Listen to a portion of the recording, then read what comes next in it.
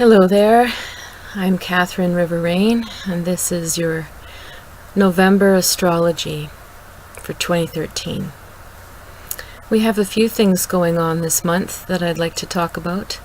There's always many aspects going on in the heavens. The planets are constantly in motion and therefore constantly making relationships or aspects to one another.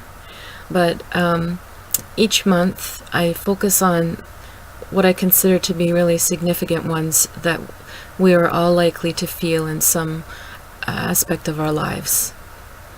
So as you know, right now we are in the sign of Scorpio still.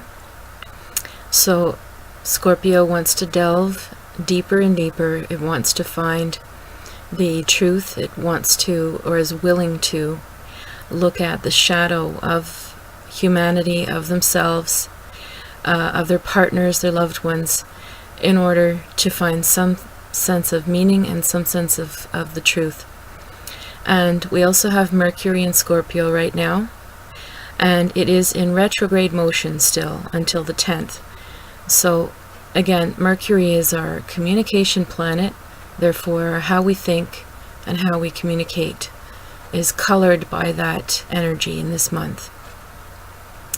And when it's in Scorpio, it's that same delving, digging energy. It's a water sign, and therefore it's going to be more emotional and more intuitive and perhaps more introspective, perhaps even spiritual, perhaps even psychic. So Mercury and Scorpio people usually would have quite a radar. They would be able to sense and pick up things on multiple levels. Not always so easy maybe for them to articulate it though. Scorpios can be so passionate and so full of whatever emotion they have that it can be hard to find the words that really fit what they want to say. So you may be feeling that too. And when it's in retrograde motion, it also means that it plunges that communication even more inward. It makes it more introspective and more, I'll say spiritual, to encompass a lot of the soul searching that a Mercury retrograde can do. So we also still have Saturn traveling through Scorpio. It's around halfway through right now, so we still have another year and a bit to go before it changes. And Saturn is here to make all of us do a little of that soul searching. When it's in Scorpio, we're all sort of going to be feeling the pull towards getting to the bottom of things. And if you look around on the news, I'm sure you see ample examples of that. Especially if you're in Montreal, if you're in Canada, we have some interesting things going on with mayors and with scandals and senates, but it's everywhere. I'm just making a reference for where I'm from, and I see evidence of it, and I see evidence of it in my own life by having increased dreams, by having more awareness and acceptance of who people are, their true nature, and being more honest with myself about my own. And I hope this is what it's doing for you as well. So we also have Mars in the sign of Virgo, and that started a few weeks ago, but it's still continuing now. And Mars is the planet of action and reaction, and it's how we move physically as well. Now Mars usually wants to be pretty active, spontaneous. You think of fire, you think of warriors, you think of bungee jumping. You can think of someone who's running a race, and you can also think of people who are, when we are all hot-tempered, when we're all like have a flare-up of emotion or of passion. That's Mars. And when it's in the sign of Virgo, it sort of, well, it sort of puts a wet blanket a bit on that energy, because it's an earth sign and it's very particular and detailed and strategic. And so suddenly Mars is not so fiery, not so impulsive, which can sometimes be a good thing, right? Because Mars in Virgo is going to consider what it wants, consider the outcome, plan things before it reacts. So with this combination of caution in our actions and all this introspecting going on with Scorpio, it's a very detective-like energy during a month like this. Now, we also have that same Mars making a good aspect to Pluto all month. So Pluto is our transformation planet. And Pluto is the ruler of Scorpio. So it's transformation again, just like I was saying, going to the bottom, sort of the death and rebirth, the self-reinvention, the letting things die so something new can be born. That's the energy of Pluto. And it's very intense. And we've been going through intense planetary aspects with Pluto for a few years now, and will continue to until 2015 especially. But now we have Mars making a nice aspect. They're working in harmony. They're both in earth signs. And so that actually might give some of you a real boost. You might feel like you can suddenly take on, I don't know, Virgo-like things.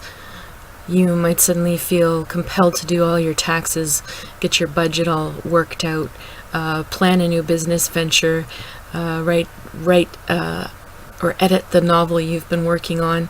All of that detailed, focused energy will be supported by Pluto, so you could have a surge of practical sort of energy applications this month. And for some of you, it can also have the other effect of making you very tired because of this intensity. You know, so if people either ride on the wave or they feel pulled under the wave of intensity in general. So if you're feeling extra tired, don't worry about it. Let yourself sleep. Let yourself recharge. Introspection can work whether you're dreaming, meditating, or in action. The other shift that we have this month that's significant, very significant, is the switch from Venus in Sagittarius to Venus in Capricorn, and it goes into Capricorn today. Now, Venus talks about our desires, what we want, what we use as our magnetic quality, our charms that we put out there. And when we have it in Sag, like we just finished, this would be, you know, a desire for freedom, independence, constantly learning, diversity, traveling. Venus in Sag is sort of, you know, the cool person, outspoken at times, political, or certainly opinionated on philosophy of life and how things should be, and often just super gregarious, charming energy. Now we move into Capricorn, and this is an extraordinarily long visit of Venus. Venus normally should stick around a couple of months. This time it's sticking around until March. Yes, incredible. Okay, so this is a very important thing, because this is talking about where people's minds are at, what is desirable, what is the desirable way to go about getting what you, about doing things. What is, Venus could even dictate, you know, style, fashion, what's socially acceptable during that time period.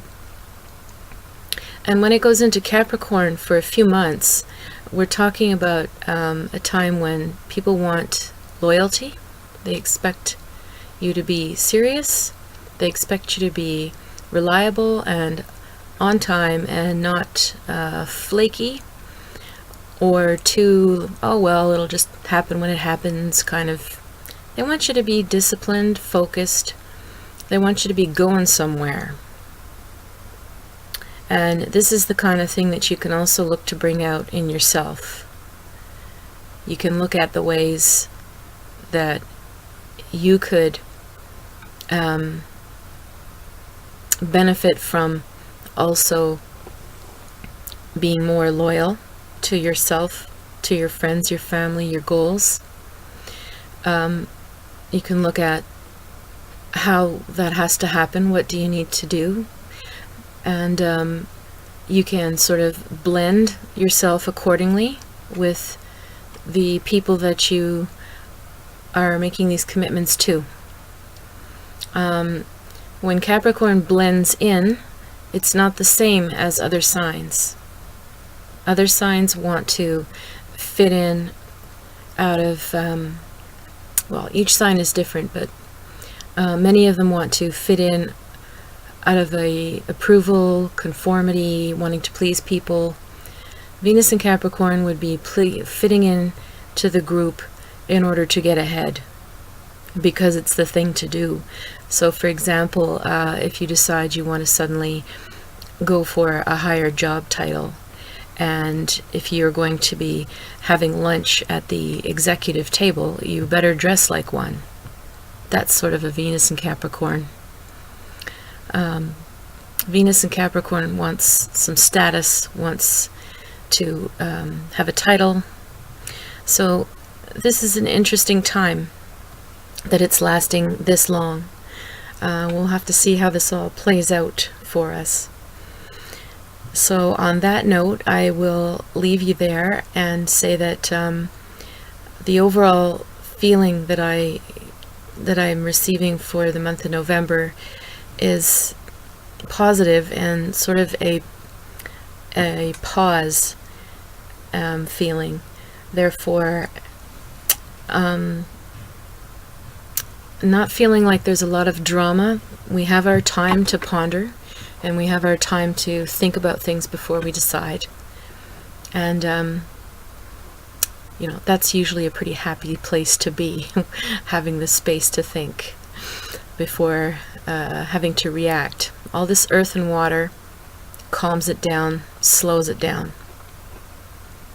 And if you stay tuned, I will have forecast for each sign individually. And if you happen to want a consultation with me, I do many things. Astrology charts is one of them. I do classes and workshops on astrology, tarot, developing your psychic abilities, and I do readings, clairvoyant readings, and mediumship and energy work. So if you have anything that you would like to ask, or you would like to come for a session, please let me know, and you can reach me at my website, www.river-rain.com. Thank you very much.